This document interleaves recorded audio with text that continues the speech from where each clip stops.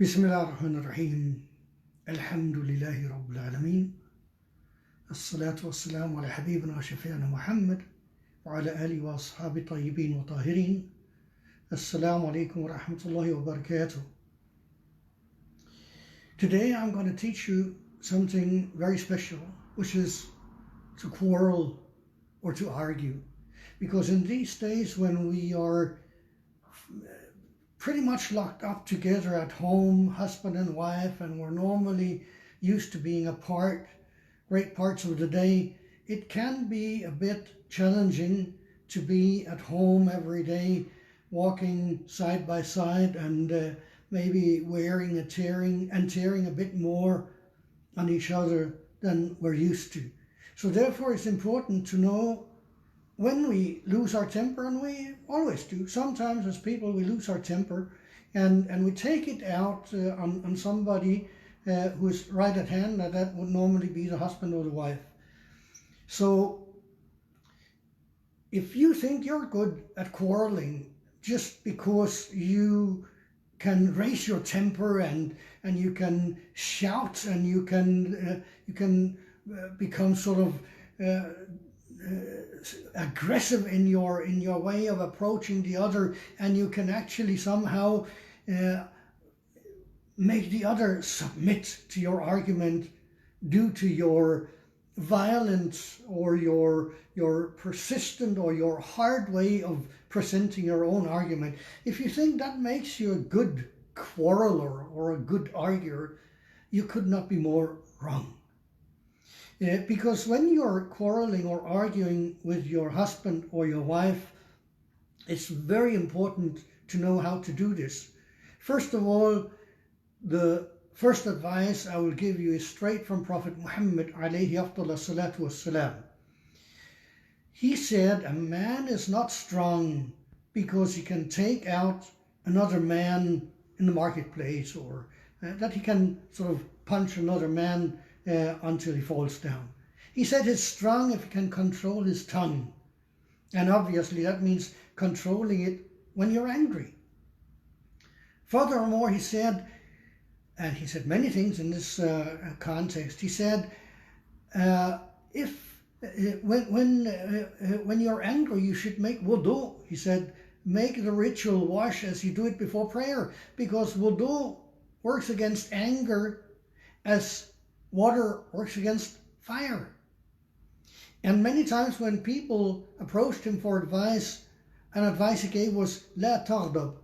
Don't let anger overcome you. Don't let anger take control. So he gave us an extremely good tool for how to control ourselves and control our anger and control the tongue. He said, if you are upset and you're standing and you want to say something, sit down before you speak. And then if you're still upset when you're sitting down, then lie down. So for you out there, husband and wife, if you are prone to quarreling or arguing in these days, please, please, please do yourself the favor of lying down before you're quarreling. It may sound funny, and it is funny too, but there's nothing wrong if you come out of a quarrel with a smile instead of an angry face. The point is that if you're lying down, you can't shout the same way. You can't sort of, you can't become angry and upset the same way as you can when you're standing. And believe you me, I have a lot of people calling me over the years saying, I was quarreling with my wife and we were standing there shouting in each other's face, and suddenly I said, and then suddenly you say something which just tears it all apart. And that's not what you want to do. When you're quarreling with your husband or your wife, yes, you want to get something out of your system, but you don't want to ruin your whole marriage. You don't want to tear your family apart. So you've got to be extremely careful, especially in these days when tensions can be a bit high. Second advice is, don't ever try to make your husband or your wife loser in the argument. And that may sound funny because normally when you argue with somebody or quarrel with somebody, then it's because you want to become the winner and the other one has to become the loser. And yes, that is true when you quarrel with anybody except from your husband or your wife. The difference is that when you're husband and wife, you're actually on the same team.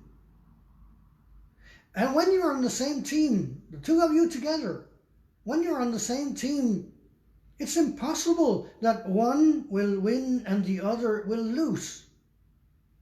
If that would be the case, then you're not on the same team any longer. When you're on the same team, you win together or you lose together. And guess who will become winners or losers together with mom and dad? Yes, you're right, your kids. So you want to make yourself a winner, you want to make your kids a winner, then make your husband or your wife a winner. And how do you do that then? It's pretty simple actually. It's a matter of being generous. When you've presented your arguments, I want white curtains, I want green curtains, I want this, I want that, whatever. Then shortly into the argument, one of you will be generous and say to the other, okay, no problem, you can have your green curtains. Doesn't matter much to me. I can live with green curtains. Although maybe I would have wanted white curtains, but it's okay. Green curtains are fine with me. Then both of you are winners. One is winner for getting the green curtains. The other one is winner for being generous. So you have to know how to argue when you want to argue with your husband or your wife. You can't just throw yourself into it full force with all your aggressions and all your normal wish to prove yourself right and the other wrong. You got to be careful here. There's a lot at stake when you're quarreling as husband and wife. It's your whole family which is at stake.